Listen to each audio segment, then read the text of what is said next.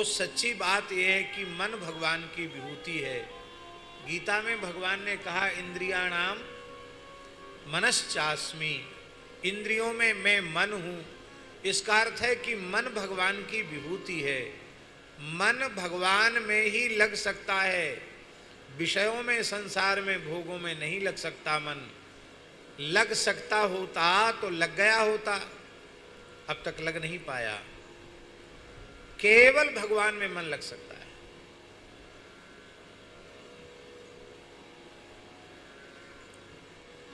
संसार के उत्तम से उत्तम रूप में आपका मन लगा और जिस रूप में आप आसक्त हो रहे हैं उसी में थोड़ा चमड़ी में सफेद धब्बा आ गया तो आपका आकर्षण कम हो जाता कि नहीं? और मान लो उसी में गलित कुष्ठ हो गया तो, कीड़े पड़ गए तो जिस रूप पर आप लट्टू हो रहे थे उसकी ओर आप देखना तक नहीं चाहते, उसको छूना तक नहीं चाहते। अथवा चलो यह भी न हो तो संसार के रूप में मन आपका कहां तक लगेगा? बुद्ध भगवान का मन वैराग्य के भावों से भर गया था तो उनके भीतर राग जगाने के लिए उनके पिता ने, यशोधन ने, महाराज ने बड़ी बड़ी सुंदरी नर्तकियों को बुलाया और वे सुंदरी तो थी ही और बड़ा सुंदर श्रृंगार उन्होंने किया था। ताल मूर्छना से युक्त होकर के उन्होंने बड़ा सुंदर गायन किया, बहुत सुंदर नृत्य किया और बुद्ध भगवान उदासीन भाव से बैठे रहे। अंत में वे नाचती गाती थक गई और वहीं सो गई। पर बुद्ध जग रहे थे क्योंकि वैराग्य की अग्नि उनके भीतर प्रज्वलित हो उठी थी। तो उनके सोने के बाद उन्होंने देखा कि अरे, जो रूप थोड़ी देर पहले बड़ा आकर्षक लग रहा था वो कहाँ चला गया? इन सुंदरियों के मुंह से लार बह रही है, किसी की नाक बह रही है, किसी की लार बह रही है, शरीर से पसीना हो रहा है, शरीर में दुर्गंध आ रही है और जो कुछ रंग रोगन अपने चेहरे पे लगाया था वो सब धुल गया है, श्रृंगार बिगड़ गया है, आँख का काजल फैल गया है। तो अब वो सुंदर नहीं लग रही हैं, विकृत स्वरूप वाली लग रही है। ये सौंदर्य है क्या महाराज जी? मलमूत्र के अतिरिक्त और कुछ भी नहीं है। आपकी मलमूत्र पर आसक्ति होती है क्या? फिर संसार की सुंदरता पर आप लट्टू क्यों होते हैं? क्योंकि आप उसके वास्तविक स्वरूप का अनुसंधान नहीं करते। संसार के समस्त रूपों को मलमूत्र मानो तो संसार का कैसा भी रूप आपके सामने क्यों ना आ जाए, आपके मन में उसकी ओर आकर्षण उत्पन्न नहीं होगा। मलमूत्र के प्रति भला किसी का आकर्षण होता है?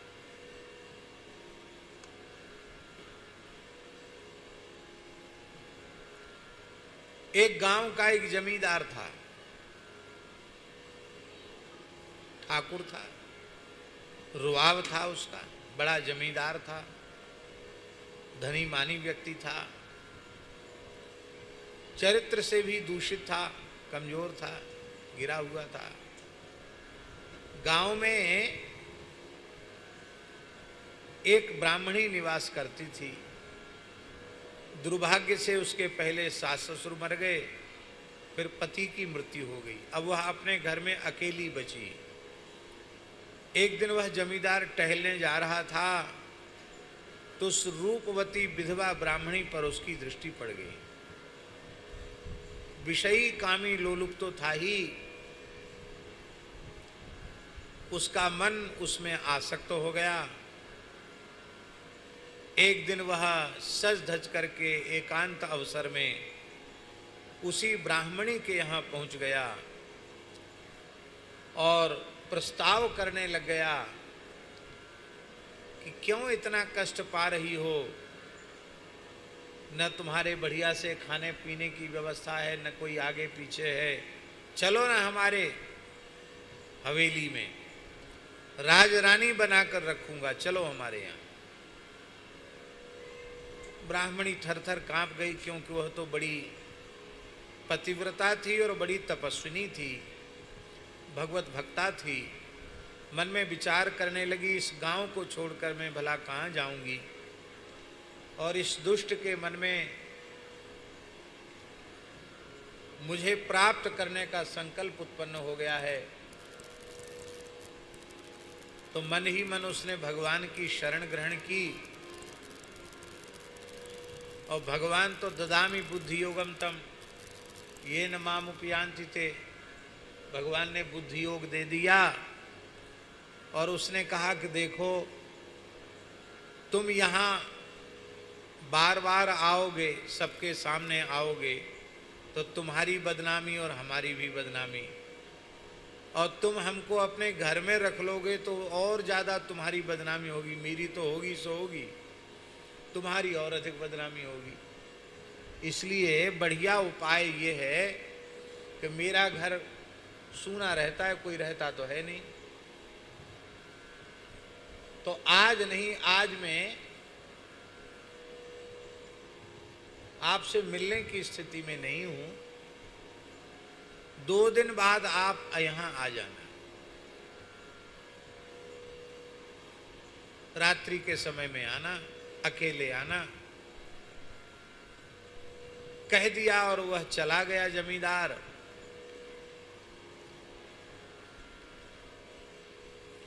और उधर इस ब्राह्मणी ने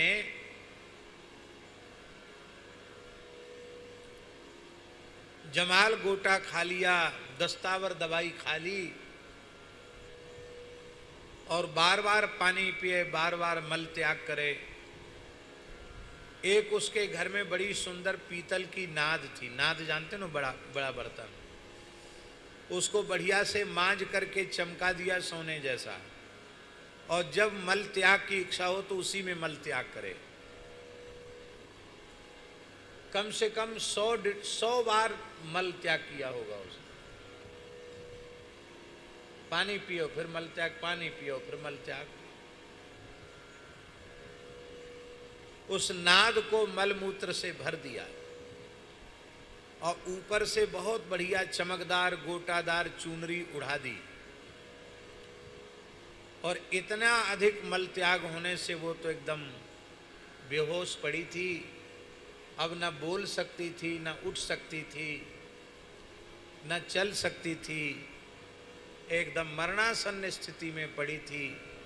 मक्खियां भनभना रही थी, दुर्गंध आ रही थी घर में। उस जमींदार ने प्रवेश किया कि अरे क्या हो गया, 2 दिन पहले मैं आया था तो कुछ दूसरा नज़ारा था, अब तो बिल्कुल, देखा तो वो बेचारी ऐसी पड़ी हुई है। जमींदार ने कहा कि अरे तुमको क्या हो गया? कहा बस अब मैं मरने वाली हूं। अरे हो क्या गया, बताओ तो सही। तो उसने कहा कि कुछ नहीं हुआ। क्या हुआ? तो जमींदार ने कहा हुआ तो जरूर है कुछ न कुछ। 2 दिन पहले जो तुम्हारा रूप था वो कहाँ चला गया? अकस्मात तुम्हारा शरीर ऐसा हो गया, तुम्हारा चेहरा पक पीला पड़ गया, आंख भीतर को घुस गई, दांत बाहर निकल आए, अब बोला भी नहीं जा रहा है, क्या हो गया? तो उस देवी ने कहा कि मैंने अपने रूप को नाद में रख दिया है। रूप का त्याग करने से मेरी ये दशा हुई है। उससे बड़ा आश्चर्य हुआ कि रूप भी ऐसी वस्तु है जो नाद में रखी जा सकती हो। तो नाद को देखा तो बड़ी सुंदर सोने जैसी चमक रही थी नाद, ऊपर से चुनरी ओढ़ी हुई थी। जैसे ही चुनरी उठाई उसमें मलमूत्र बजबजा रहा था। उसको देख करके वो एकदम घृणा से भर गया। तब उस ब्राह्मणी ने कहा, अरे जमींदार ठाकुर साहब, जिस रूप के आकर्षण के कारण तुम घोर नरक में जाने का रास्ता तय कर रहे थे, वह रूप मलमूत्र के अतिरिक्त और कुछ भी नहीं। 2 दिन पहले तुमने हमारा रूप देखा था, अब हमारा रूप नाद में रखा है, इसको प्राप्त कर लो। इतना सुनते ही उस जमींदार के मन में वैराग्य हो गया, समझ गया कि मलमूत्र के अतिरिक्त कोई रूप नहीं है। और उस जमींदार ने अपना मस्तक उस ब्राह्मणी के चरणों में रख दिया और कहा, माता, आज से तुम हमारी गुरु हुई और तुम जैसे भजन साधन करती हो वही उपाय हमको भी बताओ, जैसे मैं अपने इस पापी जीवन को पवित्र कर सकूं। और कहते हैं उस ब्राह्मणी ने उसको नाम जप की आज्ञा दी और उस जमींदार के जीवन में परिवर्तन हो गया। जहां कहीं की भी यह घटना हो, इससे हमको यह तो समझ लेना चाहिए कि मलमूत्र के अतिरिक्त रूप नाम की कोई वस्तु नहीं है। महाराज जी, चमड़ी का सौंदर्य है, ये चमड़ी निकाल दो, कितना खराब लगेगा आदमी। मलुकदास जी महाराज कहते हैं,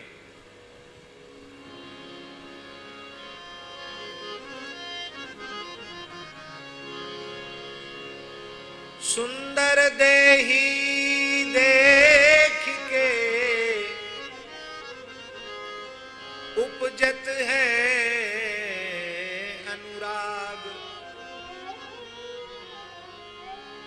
मढ़ी न होती चाम जो तो जीवत चुगते काग।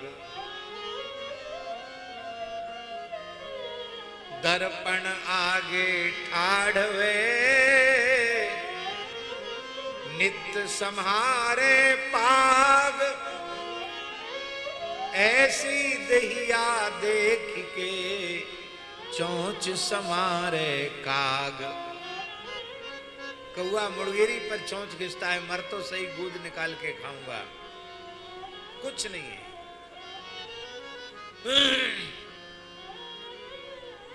भगवान आदि शंकराचार्य कह रहे हैं, नारी स्तन भर नाभि देशम, नारी स्तन भर नारी दृष्ट्वा माया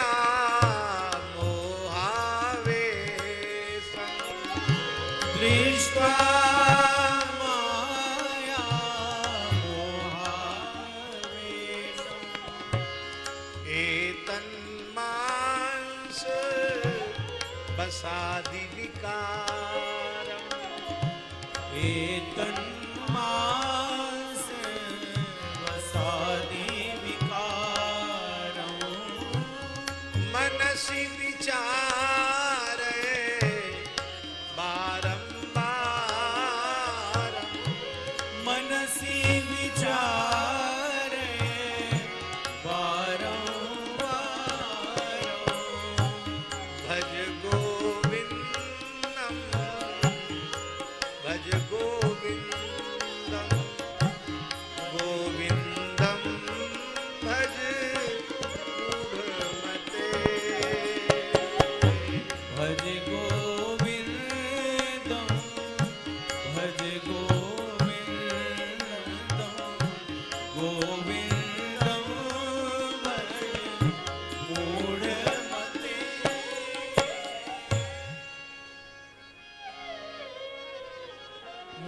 अभागे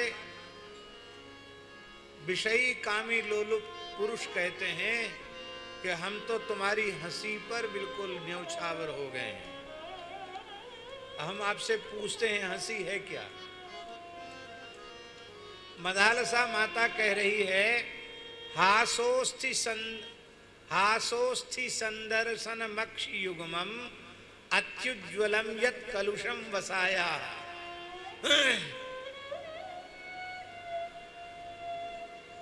हास क्या है, हंसी क्या है? अस्थि संदर्शन, हड्डियों का दिखाना ही हास है। हड्डियों में कौन सी सुंदरता है भाई? अरे तुम्हारी बड़ी बड़ी आंखें, उन आंखों पर ही हम न्यौछावर हो रहे हैं। अरे भाई आंखें हैं क्या? अत्युज्जलम यत् कलुषम बसाया, ये बसा तत्व का विकार है आंखें। आंख से मल, नाक से मल, मुंह से मल, रोम रोम से मल निकल रहा है, फिर भी यह हतभाग्य मनुष्य इस मलमूत्र के ऊपर अपने मनुष्य जीवन को बर्बाद कर देता है, नष्ट कर देता है।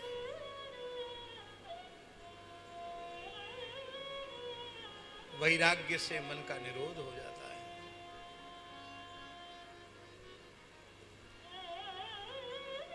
आपका रसगुल्ला खाने में मन लगा, रसगुल्ले के प्रति आकर्षण हुआ, रसगुल्ला देखते ही आपने अनुभव किया कि इस रसगुल्ले का वास्तविक स्वरूप क्या है।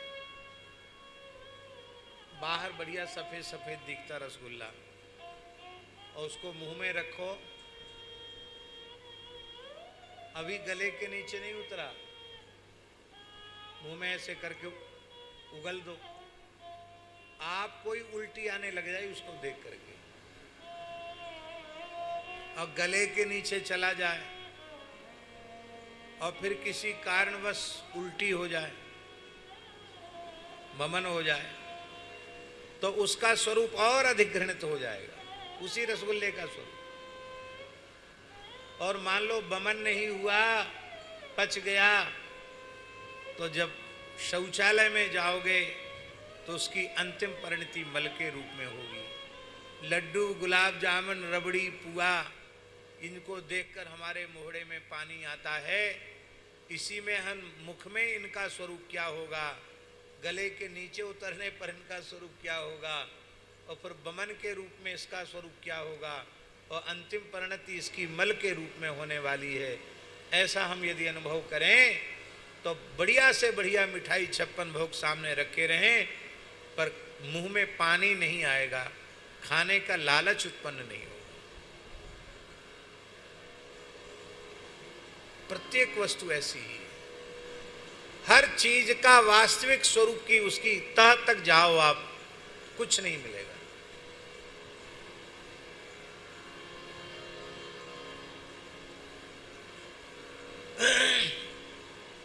केले का पेड़ देखा है, केले का वृक्ष, भगवान ने क्या बढ़िया फिनिशिंग कर रखी है उसके तने पर। ये लकड़ी वाले लोग इतनी बढ़िया पॉलिश करते हैं, इतनी अच्छी पॉलिश नहीं कर सकते।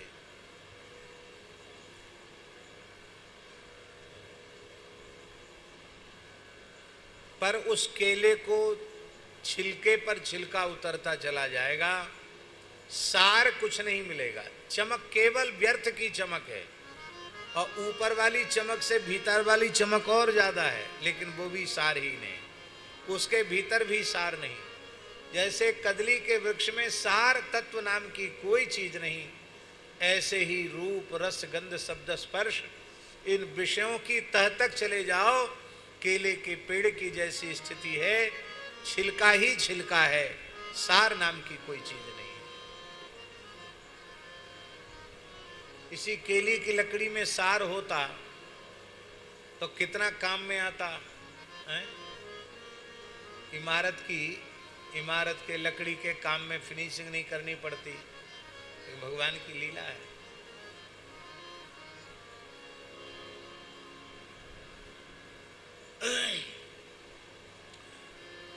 मन का लगना वहां माना जाएगा जहां लगने के बाद मन लौट कर नहीं आता है। इस लौकिक पारलौकिक भोगों में उत्कृष्ट से उत्कृष्ट रूप, रसगंध, शब्द, स्पर्श की ओर मन जाएगा, किंतु वहां अधिक समय तक ठहर नहीं सकेगा, अंत में लौटकर वहां से आ जाएगा, हट जाएगा। केवल भगवान ऐसे हैं जिन भाग्यशाली जीवों का मन उन भगवान में लग गया, फिर वहां से लौट कर नहीं आता है। हम लोग तो अपने मन को भगवान में लगाने का प्रयास करते हैं, एक गोपी यमुना जी के किनारे अपने कलश को उल्टा करके पद्मासन से बैठी थी, शांभवी मुद्रा में बैठी थी। देवर्षि नारद जी वहां से निकले तो नारद जी ने देखा कि ये तो कोई महायोगिनी है, एकदम पद्मासन में शांभवी मुद्रा में बैठ करके ध्यान कर रही है, तन्मय होकर के ध्यान कर रही है। नारद जी देर तक खड़े रहे। बाद में नारद जी ने अपनी थोड़ी वीणा की झंकार किया। उस देवी ने नेत्र खोले, गोपी ने कहा, तुमने ये योगासन कहाँ से सीखा है, किसका ध्यान कर रही थी? तो उस गोपी ने कहा, अरे नारद जी, ध्यान नहीं कर रही थी, मैं प्रयत्न कर रही थी कि मेरे मन में जो नंदनंदन घुस गया है इसको मैं कैसे बाहर निकालूं। ये मेरी सारी ध्यान धारणा अपने मन से श्री कृष्ण को निकालने के लिए थी। पर क्या करूं नारद जी, इतने प्राणायाम किए, अनुलोम विलोम, भस्त्रिका, उज्जाई, चंद्रभेदी, सूर्यभेदी, कितने प्राणायाम किए, कितने योगासन किया, सब कुछ किया, लेकिन फिर भी मैं सफल नहीं हो पाई। मेरी हालत दूसरी है। कैसी हालत? एक जू मेरी अखियन में निशि दिवस रहो करीबों, गाय चरावन जात सुन्यो सखी, सोधो कन्हैया कौन। आंख बंद करती हूं तो श्याम सुंदर भीतर दिखाई पड़ते हैं, आंख खोलती हूं तो बाहर दिखाई पड़ते हैं। मैं क्या करूं? नारद जी ने भाई गोपी को दंडोत करी, वाकी परकम्मा लगाई, बोले हमें मिल गया यथा ब्रज गोपी का नाम। प्रेम कैसा होना चाहिए श्री कृष्ण में, जैसा ब्रज गोपियों में। आप कहेंगे ये कथा आपने क्यों सुनाई? हमने इसलिए सुनाई कि जिसका मन लग जाएगा फिर लौट कर संसार में नहीं आए। इनके रूप में मन लग जाए, इनके रस में, इनके शब्द में, इनके स्पर्श में, इनके श्री चरण कमल की दिव्य सुगंध में जिसका मन लग जाएगा फिर वह लौट कर संसार में नहीं आएगा। इसलिए मनमोहन में ही मन लग सकता है, इसलिए मन को मनमोहन में ही लगाना चाहिए। और मन लग गया मनमोहन में तो बात बन गई। श्री सीताराम प्रतिदिन सत्संग एवं दर्शन के लिए श्री महाराज जी के ऑफिशियल चैनल को जरूर सब्सक्राइब करें।